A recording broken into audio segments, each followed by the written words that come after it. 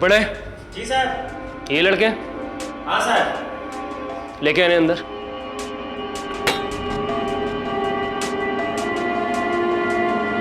चला, सीधे लाइन में खड़े रहने का। हाँ, मिरर में देखो सामने।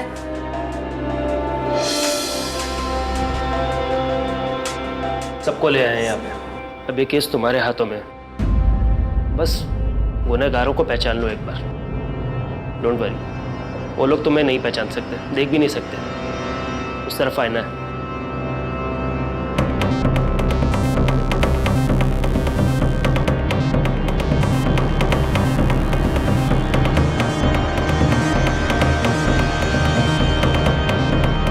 डरो मत, पहचानो कौन थे वो लोग।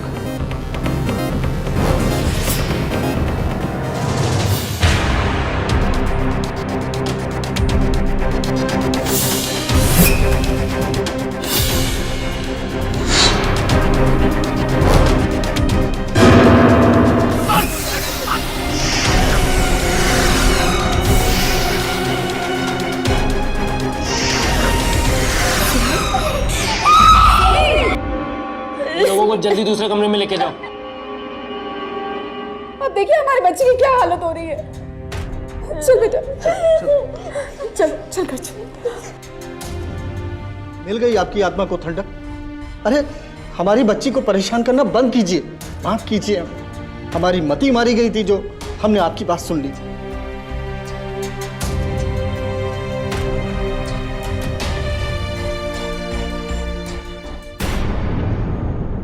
हम इस शो में अक्सर दिल दहला देने वाले गुनाह, गुनहगार और न्याय के लिए लड़ने वालों की बातें करते हैं, लेकिन इन्हीं सब के बीच पलती हैं कुछ ऐसी कहानियां जो समाज के उन पीड़ितों की होती हैं जो खुद गुनाह का शिकार होने से तो बच जाते हैं, लेकिन जाने अनजाने एक हादसे के चश्मदीद गवाह बन जाते हैं। ऐसी एक घटना इंसान के दिलो दिमाग पर क्या असर डालती है, ये हम और आप सोच भी नहीं सकते। हमारी आज की कहानी है मुंबई के डोंबिवली इलाके में रहने वाली 19 वर्षीय सिमी की, जो अनजाने ही एक खौफनाक हादसे की साक्षी बन गई।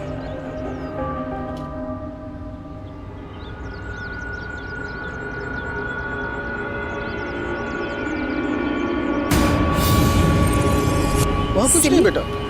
सिमी, कुछ नहीं है वहाँ पे। हाँ देख देख हमारा घर आ गया है। चल चल बेटा, घर चल।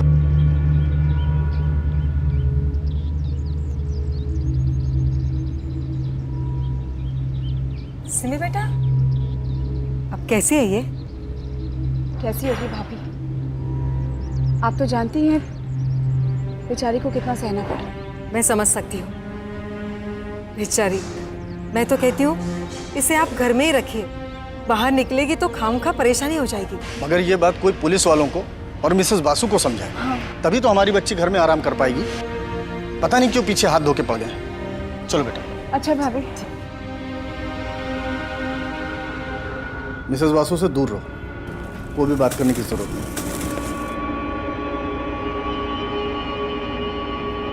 सिमी, तुम्हें रात को नींद कैसे आती है? सो पाती हो तुम? हाँ सिमी, सिमी तुम अंदर चलो। चलो बेटा, आप चलिए अंदर।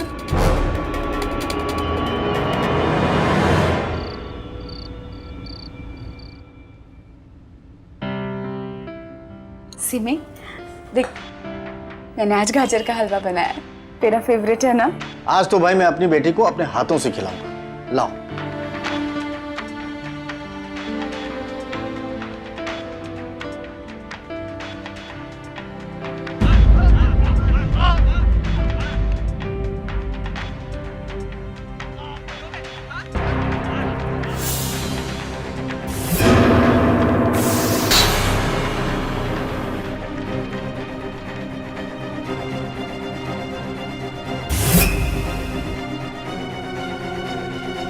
बस बस सिमी, कुछ नहीं है।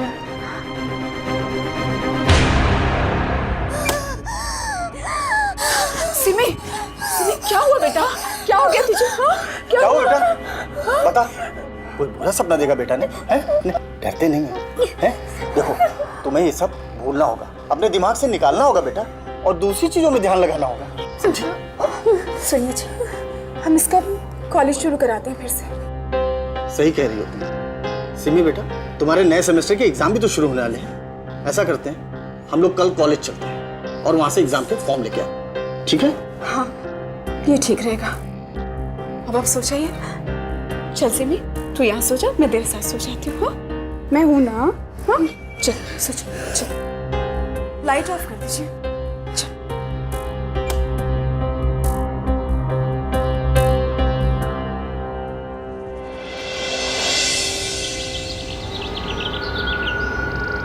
सुनिए, मैं सोच रही थी कि सिमी की हालत तो आप जानते ही हैं। भीड़ देख के ही उसे कुछ होने लगता है।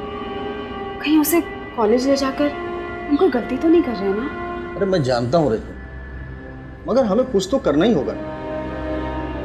अकेले घर में रहते रहते वो घुटती जा रही है। ये जैसा सब कुछ ठीक ठाक हो जाए, यही कोशिश कर रहे हैं हम लोग। देखते हैं। अच्छा देखो, वो तैयार हो गई कि नहीं? हाँ, आप कब दीजिए। मैं ऑटो लेकर आता हूँ।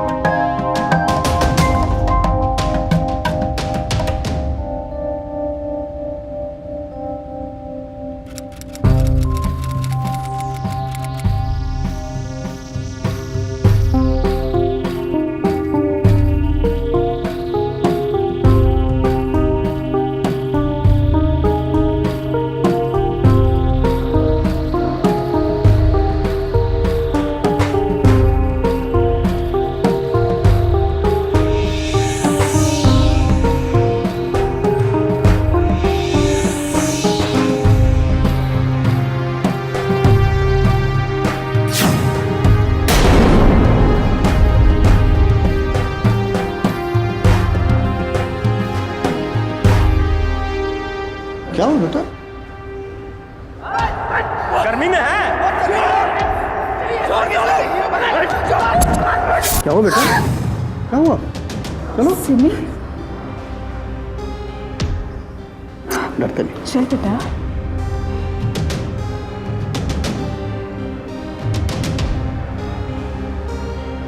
तुम यही लाइन में लग जाओ, हम लोग यहीं पे, ठीक है? शाबाश। यहीं पे है सिमी। हाँ, जिसको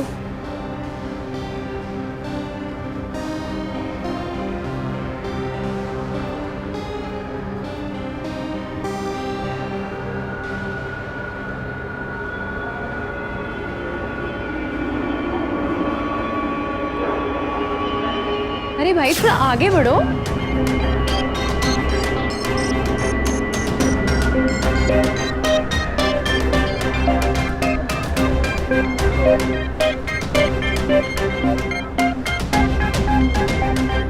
अरे थोड़ा आगे बढ़ो।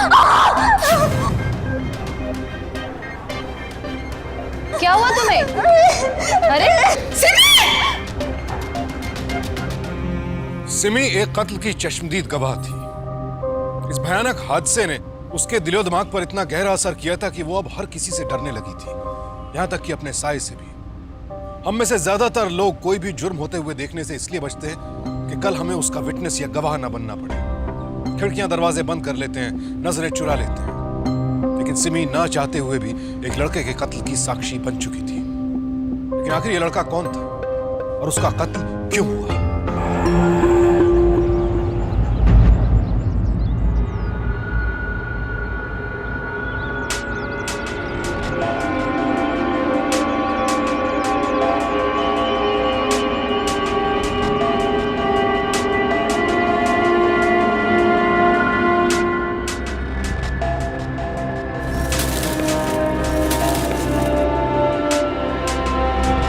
मिस्टर देवदत्त, आपसे कोई जरूरी बात करनी है। अरे सिमी, तुम रो क्यों रही हो? ठीक तो हो ना?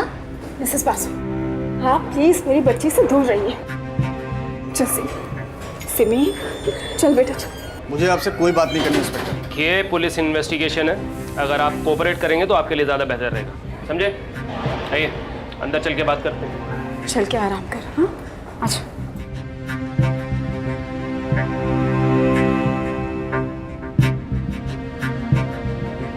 देखिए, आपको सिमी को इन्वेस्टिगेशन के लिए पुलिस स्टेशन लेके आना होगा। ये सब क्या हो रहा है Mrs Basu?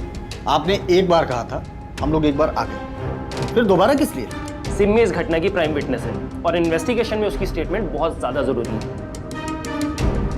I am sorry, लेकिन आपको उसे पुलिस स्टेशन लेके आना ही होगा। लेकिन इंस्पेक्टर साहब, उस दिन जो पुलिस स्टेशन में हुआ मेरी बच्ची के साथ, उसके बाद। मैम प्लीज, हमें जो करना है वो करना ही है। इसलिए बेहतर रहेगा कि आप सिमी को जल्द से जल्द पुलिस स्टेशन लेके आइए। मेरी बेटी कहीं नहीं जाए। कैसे नहीं जाएगी? एक लड़के का खून हुआ है और आपकी बेटी उसकी चश्मदीद गवाह है।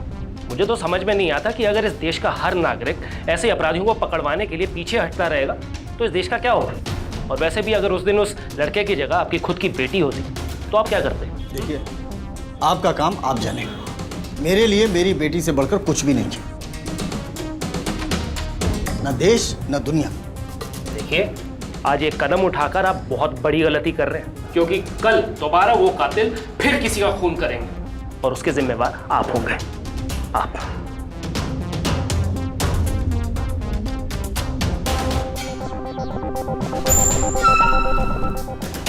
जिस लड़के ने सिमी को बचाने के लिए अपनी जान दे दी, उसके साथ ऐसा मत कीजिए। मेरे बेटे को इंसाफ दिलाने में प्लीज मेरी मदद कीजिए। देखिए मिसेस बासु, मैं इससे ज्यादा आपको कोऑपरेट नहीं कर सकता। अरे इस हादसे की वजह से अभी तक मेरी बेटी संभल नहीं पाई है। प्लीज मुझे माफ और जाइए यहाँ से। ऐसा मत कीजिए। आइए मिसेस बासु, प्लीज।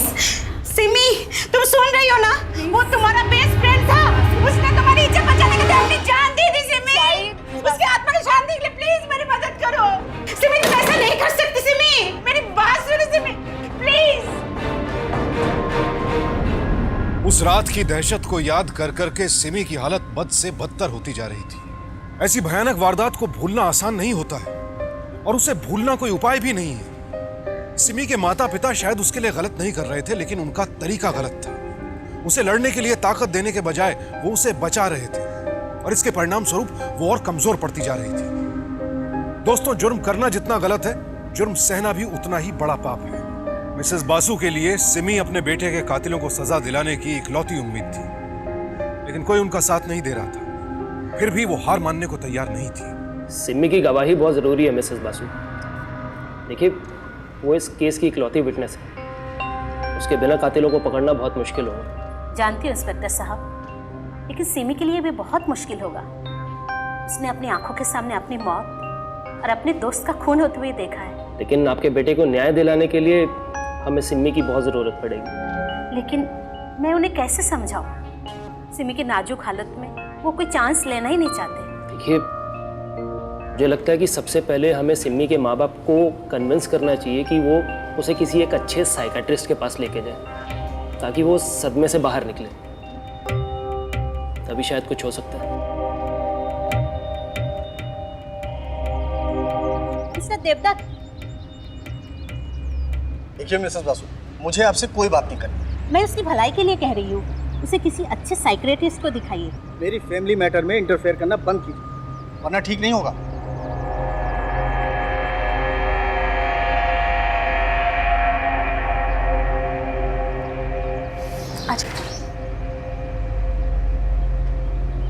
रजनी, रुक जाओ, मेरी बात तो सुनो। मुझे आपसे कोई बात नहीं। रजनी, मेरी बात को गलत मत समझना। सिमी को इस सदमे से बाहर निकलने के लिए अच्छे साइकियाट्रिस्ट के पास ले जाओ। साइकियाट्रिस्ट? मिसेस बासु, आप हमारी जिंदगी से निकल जाएंगी ना, तो मेरी बच्ची की तबीयत अपने आप ठीक हो जाएगी। देखिए, हम लोग वैसे ही बहुत परेशान हैं और प्लीज हमें अकेला छोड़ दीजिए हमारे हाल पे।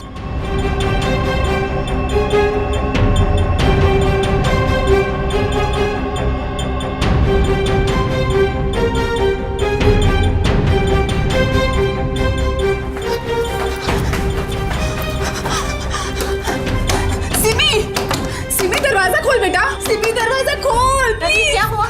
मिसेस बासु, आप प्लीज दूर रहिए। सिमी, सिमी प्लीज दरवाजा खोल। सिमी, आपके घर की डुप्लीकेट की मेरे पास था, ये लीजिए, इसे खोलिए जल्दी से। सिमी,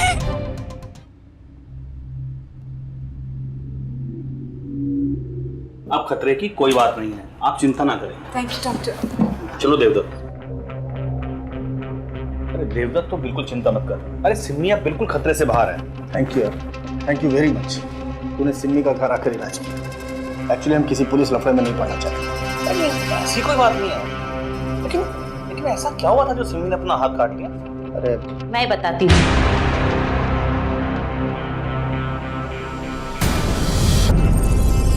इनकी बेटी सिमी को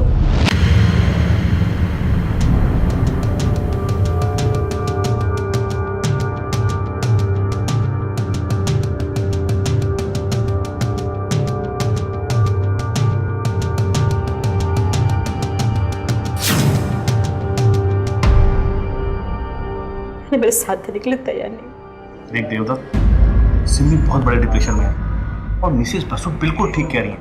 आपको उसके इलाज के लिए किसी साइकियाट्रिस्ट की मदद लेनी चाहिए ताकि उसका इलाज सही ढंग से हो सके। और उसके आगे उसकी सारी जिंदगी पड़ी है, उसकी जिंदगी का सवाल है देवदत्त। ठीक है।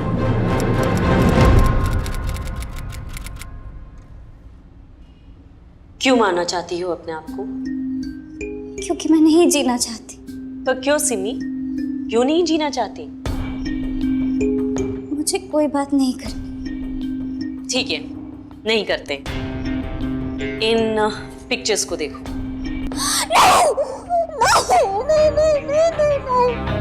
इंस्पेक्टर रोकिए सब, बस।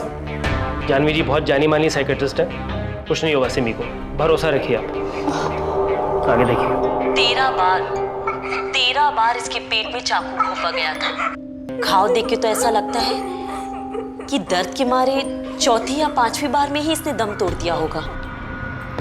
पर उन खूनी की हैवानियत देखो, वो फिर भी मारते रहे। देखो सिमी, देखो।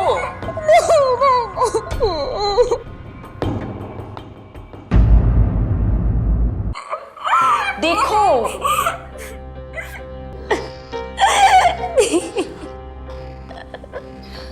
ठीक है, हम इसकी बात नहीं करते।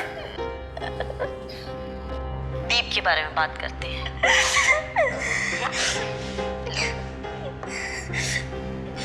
बहुत अच्छा दोस्त था ना तुम्हारा?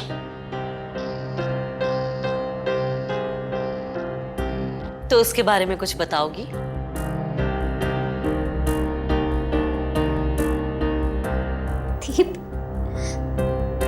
दीप मेरा सबसे अच्छा दोस्त था। 6 साल से जानती थी मैं उसे।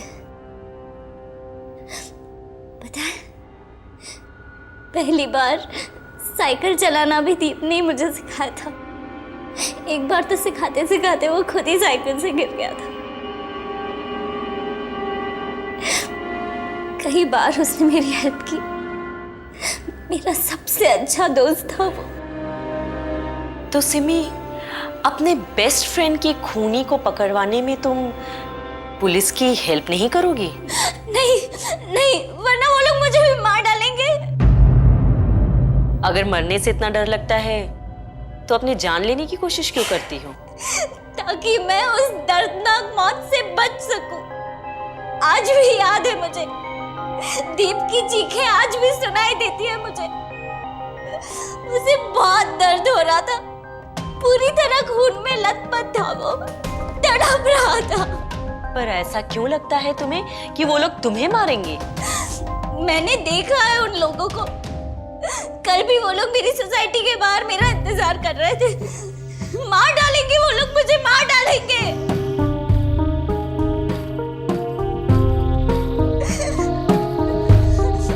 मम्मी पापा चाहते कि मैं ये सब कुछ भूल जाऊं, लेकिन कैसे भूल जाऊं? नहीं भूल सकती मैं ये सब कुछ। मुझे रोज रात को डरावने सपने आते हैं कि वो लोग मुझे ढूंढ लेंगे और मार डालेंगे। कोई नहीं मार सकता। पुलिस स्टेशन में हो, यू सेफ सिमी। इस डर से बचने का सिर्फ एक ही रास्ता है। एक बार, सिर्फ एक बार उन लड़कों को पहचान लो।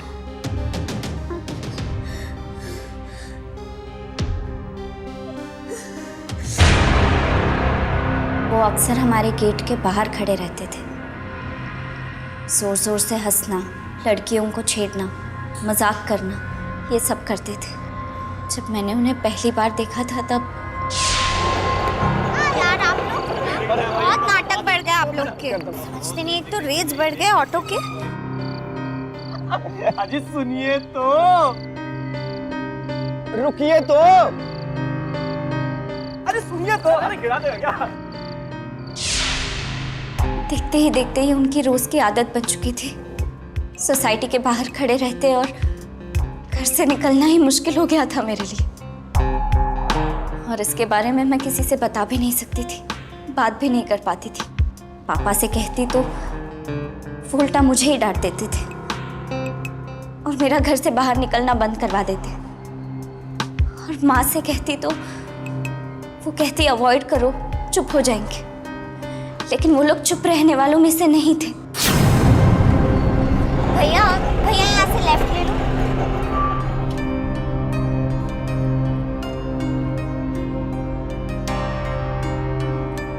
भैया जल्दी से लेफ्ट ले लो। नहीं मैम, मैं आगे लेफ्ट नहीं ले सकता, आगे काम चालू है। भैया आप मुझसे 10-20 रुपए ज्यादा ले लेना प्लीज, लेकिन गेट के अंदर ले लो भैया प्लीज।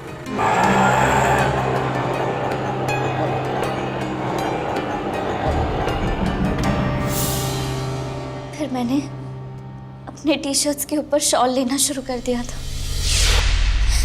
जब सलवार कमीज पहनती थी दुपट्टा सर पे ले लेती थी ताकि उनकी गंदी नजरों से मैं बच सकूं। लेकिन उनकी बदतमीजी तब भी खत्म नहीं हुई।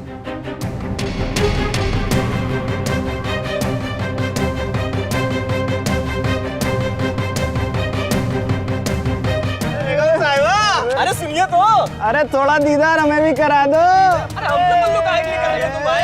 अरे सुनो तो है। और एक दिन वही हुआ जिसका मुझे डर था। रात के करीब 9 बज रहे थे। मैं अपने ट्यूशन से वापस लौट रही थी। कितना हुआ? 32 रुपया हुआ। मैडम छुट्टा दीजिए, मेरे पास छुट्टा नहीं है। अरे भैया अब इतनी रात को कहाँ से मैं 500 का छुट्टा लाऊं? ले लो ना। कितना चाहिए? 32 रुपये। हाय।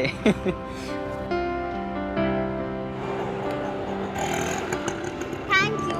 चल मैं तुझे पैसे दूँ। नहीं, आज मैं बहुत बिजी हूँ, कल ले लूंगा प्लीज। अच्छा। मुझे कहीं काम पे जाना है इसलिए बोलता हूँ। अच्छा बता कि तेरा काम कैसे चल रहा है? काम करके इतना कमा लेता हूँ कि ट्यूशन की फीस दे सकूँ और कुछ घर के काम में भी हाथ बटा सकूँ। अब तुम तो जानती हो कि मम्मी को अकेले घर का खर्चा चलाने में कितनी प्रॉब्लम होती है, इसीलिए मुझे भी काम करना पड़ता है। I understand, it's okay. अच्छा सुन, मैं तुझे कल पक्का फोन करती हूँ, ओके? लेकिन मेरा तो नंबर ही चेंज हो चुका है। तूने मुझे बताया भी नहीं। दे यार तेरा नया नंबर। हाँ क्या है? 089। अरे भाई इतने प्यार से कभी हमसे भी नंबर मांग लिया करो। लेकिन दीप चुप रहने वालों में से नहीं था। उसने ऊंची आवाज में उन सारे लड़कों को बोल दिया कि मुझे छेड़ना बंद करें। तमीज में रह के बात कर। अरे ये तो गुस्से में भी लग रहा है। रहने दो दीप, ये लोग ऐसा ही करता है, जाने दो इन्हें। अरे इतने प्यार से कभी हमारा भी हाथ पकड़ कर लेके चलो। जन्नत की शहर ना करा दी तो नाम बदल देना हमारा। दीप जाने दो उन लोगों को।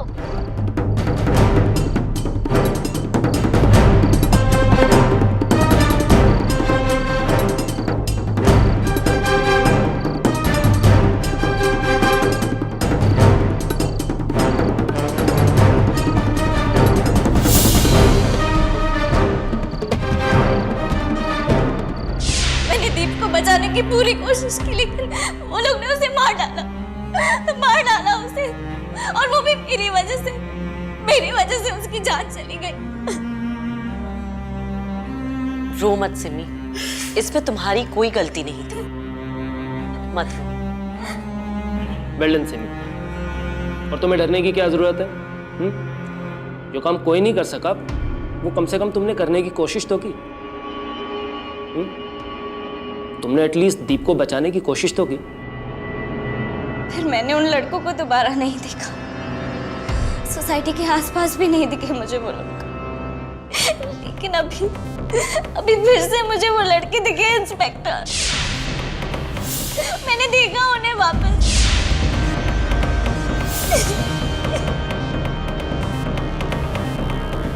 ना पकड़े जाने की खुशी ने उन्हें हौसला दिया होगा। उन्होंने सोचा होगा अब तुम उंगली तो उठाओगे नहीं, तो लौट आए।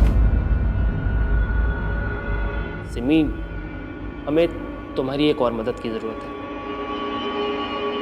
तुम उन लड़कों को पहचानने में हमारी मदद करो प्लीज़।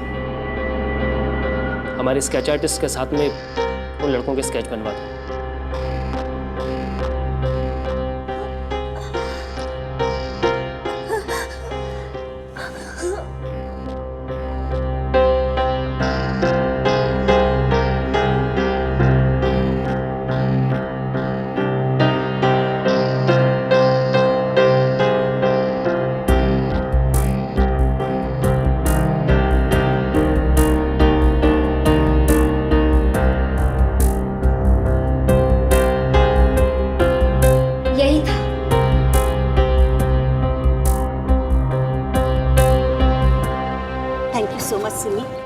थैंक्स तो मुझे आपको बोलना चाहिए मिसेस बासु।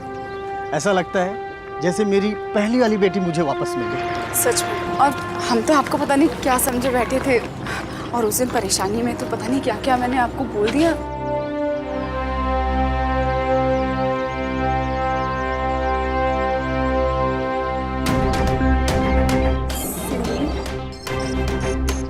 मम्मी एक मिनट।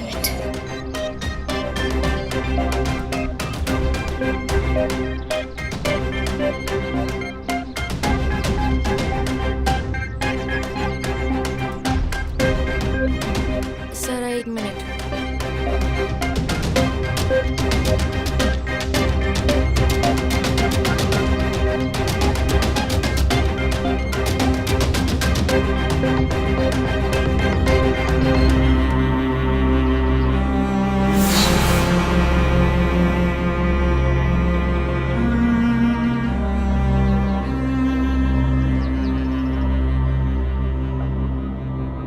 सिमी का आत्मविश्वास लौट आया था। पुलिस की मदद, जानवी की उम्मीद और मिसेस बासु की कोशिशों ने आखिरकार उसे अन्याय का विरोध करने का साहस दिया। क्या आपने कभी सोचा है कितनी बार ऐसा होता है कि हम ऐसी परिस्थितियों से भागने के बजाय खड़े होकर उनका सामना करते हैं? देर से ही सही, पर सिमी ने लड़ने का फैसला किया। अब दीप तो वापस नहीं आ सकता था, लेकिन कम से कम उसके हत्यारों को उनके सही अंजाम तक पहुंचाया जा सकता था। स्केच बनते ही पुलिस ने जोरों शोरों से अपराधियों की तलाश शुरू कर दी।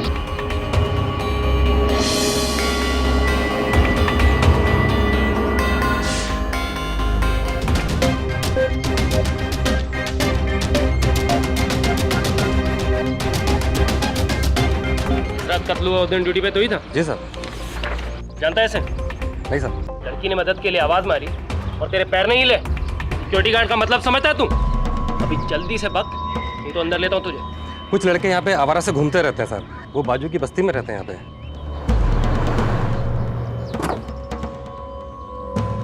चल लिया।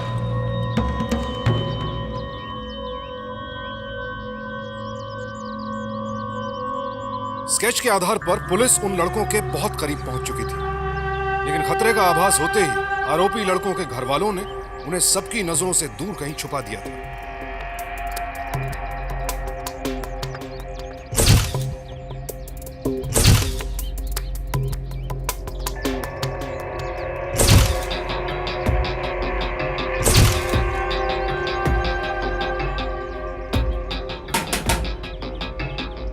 क्या हुआ साहब?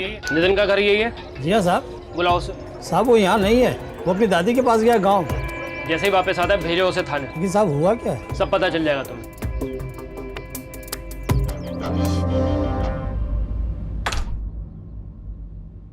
जी आप लोग? हमें आपसे कुछ ज़रूरी बात करनी है साहब। हम लोग बहुत गरीब लोग हैं, छोटा मोटा काम करके अपना घर चलाते हैं। आपकी बेटी के इल्ज़ाम से हमारे बच्चों का भविष्य खराब हो जाएगा। हम आपके सामने हाथ जोड़ते हैं, बच्चे मासूम, नादान। आप अपनी कंप्लेंट वापस ले लीजिए साहब। देखिए इन सब में क्या हमारी गलती थी मेरे दोस्त कि आपके बच्चों ने उसे इतनी बेरहमी से मार डाला? क्या गलती थी मेरी कि मेरा घर से बाहर निकलना मुश्किल कर दिया था उन लोगों ने? बोलिए, बताइए। नितिन मेरा बेटा है, मुझे मालूम है वो ऐसा कुछ भी नहीं कर सकता। क्या तुमने उसे छुरा चलाते हुए देखा था? देखने या ना देखने से जुर्म कम या ज्यादा नहीं हो जाता।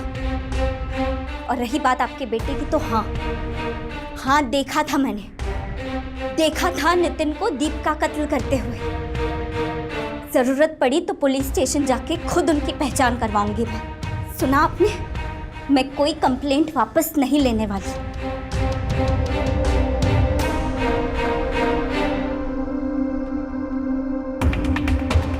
लड़की आपकी भी है।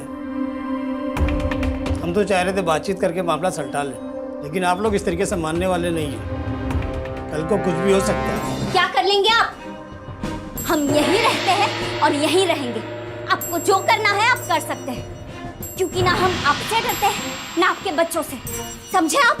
देख लीजिएगा। निकलिए यहाँ से जल्दी। देख लेना आप तुम। हमारे घर में आके हमें को धमका रहे। शांत हो जाओ बेटा, शांत हो जाओ।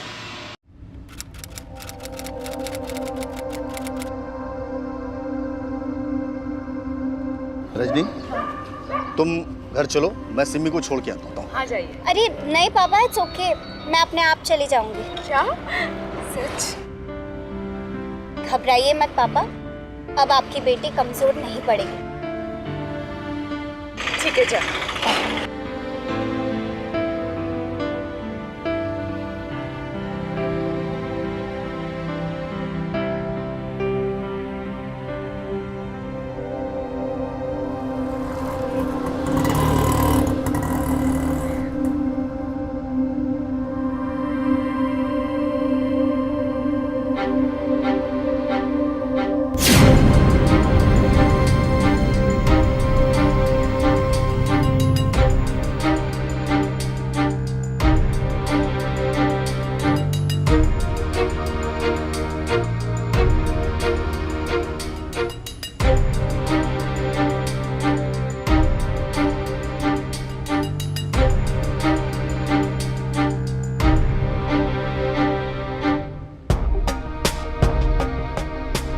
Hello hello inspector.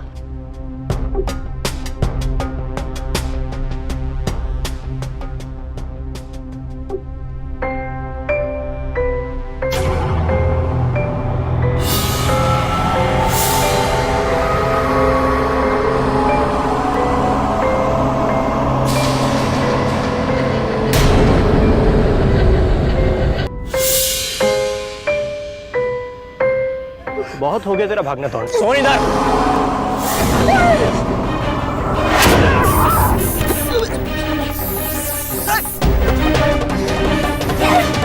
नहीं डरती मैं तुम लोगों से, समझा तुम लोग?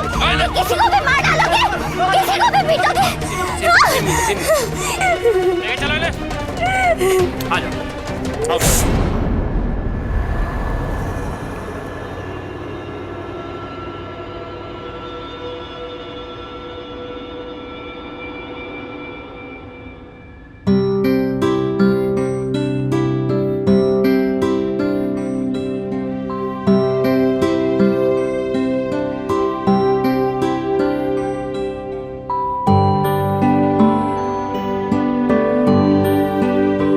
शेरनी है शेरनी, हम सबको तेरे ऊपर गर्व है।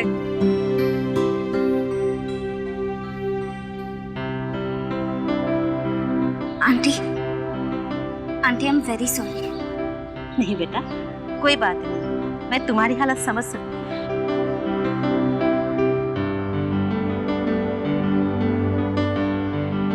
चल सिमी, घर चलना। हाँ